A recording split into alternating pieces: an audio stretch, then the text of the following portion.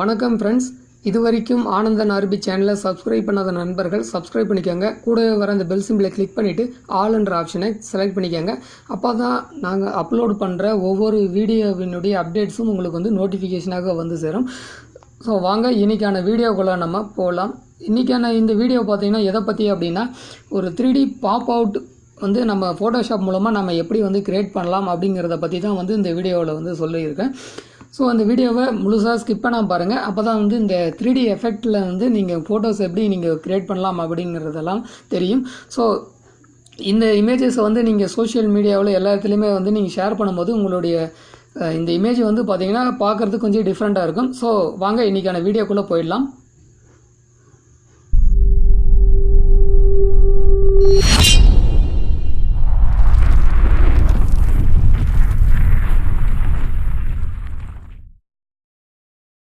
Friends, நீங்கள் வந்து உங்களுடைய ஃபோட்டோஷாப்பை ஃபஸ்ட்டு ஓப்பன் பண்ணிக்கோங்க.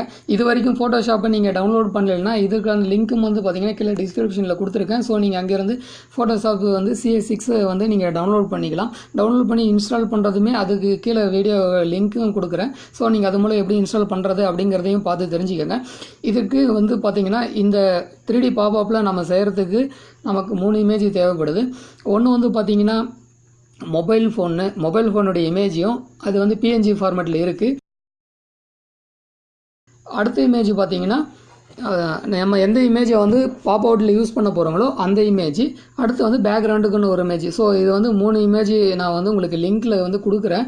ஸோ நீங்கள் அங்கேருந்து டவுன்லோட் பண்ணிக்கலாம். இதையே ட்ரை பண்ணி பார்க்குறதா இருந்தால், இல்லை உங்கள்கிட்டயே வேறு ஏதாவது இமேஜ் இருந்தால் கூட நீங்கள் ட்ரை பண்ணி பார்த்துக்கோங்க. ஸோ ப்ராக்டிஸ் பண்ணி பார்க்குறதுக்கு வேணுன்றவங்க வந்து கீழே லிங்க்கில் இருந்து டவுன்லோட் பண்ணி ப்ராக்டிஸ் பண்ணி பாருங்கள். இதை வந்து நான் ஸ்டெப் பை ஸ்டெப்பாக தான் உங்களுக்கு சொல்கிறேன். ஸோ கேர்ஃபுல்லாக வந்து ஸ்கிப் பண்ணாமல் பாருங்கள். அப்போ தான் உங்களுக்கு இது பாப் அவுட் 3D பாப் அவுட்டாக நம்ம வந்து எப்படி நம்மளுடைய ஓன் இமேஜை வந்து க்ரியேட் பண்ண முடியும் அப்படின்ற ஒரு ஐடியா வந்து உங்களுக்கு கிடைக்கும். ஸோ ஃபஸ்ட்டு வந்து பார்த்திங்கன்னா இந்த இமேஜை முடிஞ்ச வரைக்கும் நான் வந்து ஜூம் பண்ணிக்கிறேன். இதுக்கு பார்த்திங்கன்னா ஜூம் டூல் இருக்குது. இந்த ஜூம் டூல் பார்த்திங்கன்னா இந்த இடத்துல பார்த்திங்கன்னா இந்த சிம்பிள் இருக்கும். ஸோ இந்த சிம்பிள் மேலே கிளிக் பண்ணிவிட்டு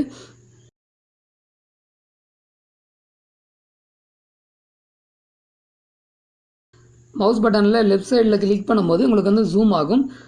திரும்ப ஆல்ட்டை ப்ரெஸ் பண்ணிவிட்டு நீங்கள் அதே ப்ரெஸ் பண்ணும்போது ஆல்ட்டை ப்ரெஸ் பண்ணிங்கன்னா ஜூம் அவுட் ஆகும். இதுக்கு ஷார்ட்கட் கீ இருக்குது. கண்ட்ரோலில் அழுத்தி பிடிச்சிக்கிட்டு ப்ளஸ் கீ அழுத்தும் போது உங்களுக்கு வந்து ஜூம் ஆகும். அதே மைனஸ் கீ அழுத்தும் போது உங்களுக்கு வந்து ஜூம் அவுட் ஆகும். இப்போ வந்து பார்த்திங்கன்னா பென் டூலை நான் செலக்ட் பண்ணிக்கிறேன். ஸோ பென் டூல் இதுதான் வந்து பென் டூலை வந்து செலக்ட் பண்ணிக்கிறேன். பென் டூலில் செலக்ட் பண்ணிவிட்டு முடிஞ்ச வரைக்கும் இமேஜை வந்து நீங்கள் ஃபுல்லாக ஜூமில் வச்சுக்கோங்க. ஏன்னா அப்போ தான் வந்து கரெக்டாக நம்மளோட செலெக்ஷன் வந்து பர்ஃபெக்டாக இருக்கும். ஸோ அதுக்காக வந்து முடிஞ்ச வரைக்கும் அந்த மொபைல் இமேஜை வந்து ஜூம் பண்ணி வச்சுக்கோங்க.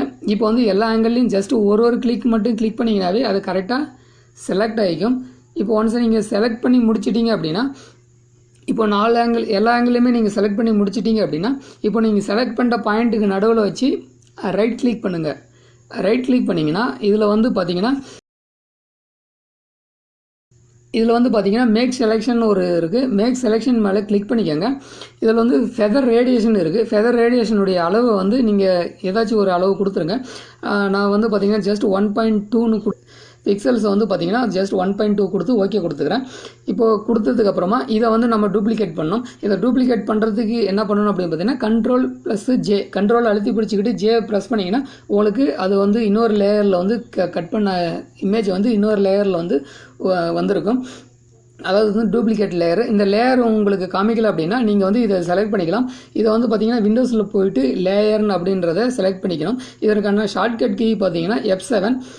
நீங்கள் F7 நீங்கள் ப்ரெஸ் பண்ணிங்கனாலே உங்களுக்கு வந்து லேயர்ஸ் பேனல் வந்துடும். ஸோ இப்போ நான் F7 ப்ரெஸ் பண்ணி காமிக்கிறேன். ஸோ இது வந்து ஹைட் ஆகிடுச்சு. திரும்ப F7 ப்ரெஸ் பண்ணும்போது திரும்ப வந்து எனக்கு காமிக்குது.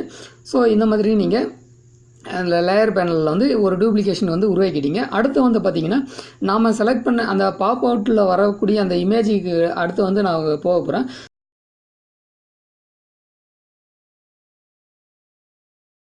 இந்த பாப் அவுட் இமேஜை செலக்ட் பண்ணுறதுக்கு முன்னாடி நான் இன்னொரு சின்ன செட்டிங் செஞ்சுக்க போகிறேன்.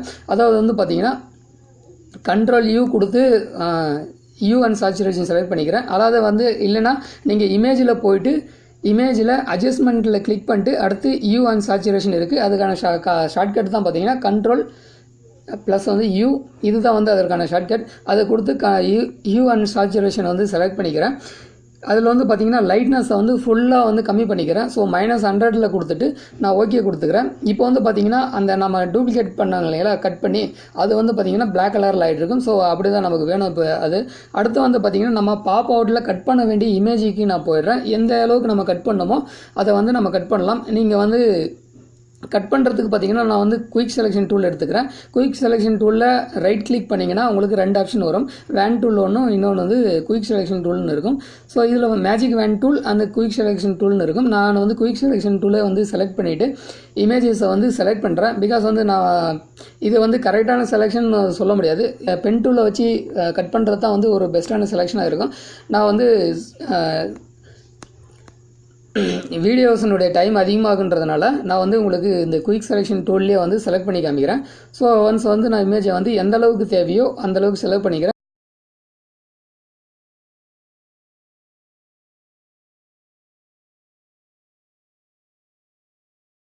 இந்த டால்ஃபினையும் நான் வந்து முடிஞ்ச அளவுக்கு செலக்ட் பண்ணிக்கிறேன். இப்போது தேவையான அளவுக்கு செலக்ட் பண்ணினதுக்கு அப்புறமா திரும்ப நான் செலக்ட் பண்ண ஏரியாவுக்குள்ளேயே வச்சு நான் வந்து ரைட் கிளிக் பண்ணுறேன். இப்போ ரைட் கிளிக் பண்ணிங்கன்னா ஃபெதர்னு ஒரு ஆப்ஷன் வரும். இந்த ஃபெதர் ஆப்ஷனில் பார்த்தீங்கன்னா ஃபெதர் மேலே கிளிக் பண்ணுறேன். ஸோ ஃபெதரோட வேல்யூவும் பார்த்தீங்கன்னா ஜஸ்ட் நான் 1.2 ஏற்கனவே கொடுத்த அதே மாதிரி 1.2 வேல்யூவிலே கொடுத்து ஓகே பண்ணிக்கிறேன். இப்போது இதுவும் அதே மாதிரி சேம். இப்போது நீங்கள் செலக்ட் பண்ணிட்டதுக்கப்புறமா Ctrl+J கொடுத்து இந்த இமேஜை செலக்ட் பண்ண பார்ட்ஸை மட்டும் நீங்கள் கட் பண்ணிக்கோங்க.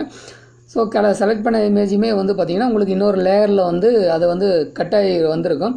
ஸோ இப்போ வேணா உங்களுக்கு அதை வந்து ஹைட் பண்ணி காமிக்கிறேன். கீழே இருக்கிற இமேஜை ஹைட் பண்ணிவிட்டு இப்போ நம்ம கட் பண்ண அந்த இமேஜை மட்டும் காமிக்கிறோம் பாருங்கள். இந்த மாதிரி நீங்கள் கட் பண்ணிட்டதுக்கப்புறமா இப்போது 2 இமேஜுமே வந்து செலக்ட் பண்ணிக்கோங்க.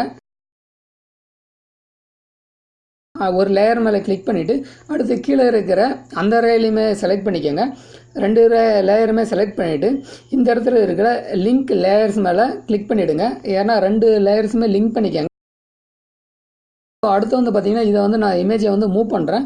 இப்போ மூவ் பண்ணுறதுக்கு அது மூவ் ஆகலை. ஏன்னா பார்த்தீங்கன்னா இந்த பேக்ரவுண்ட் லேயரில் பார்த்தீங்கன்னா லாக் சிம்பிள் இருக்குது.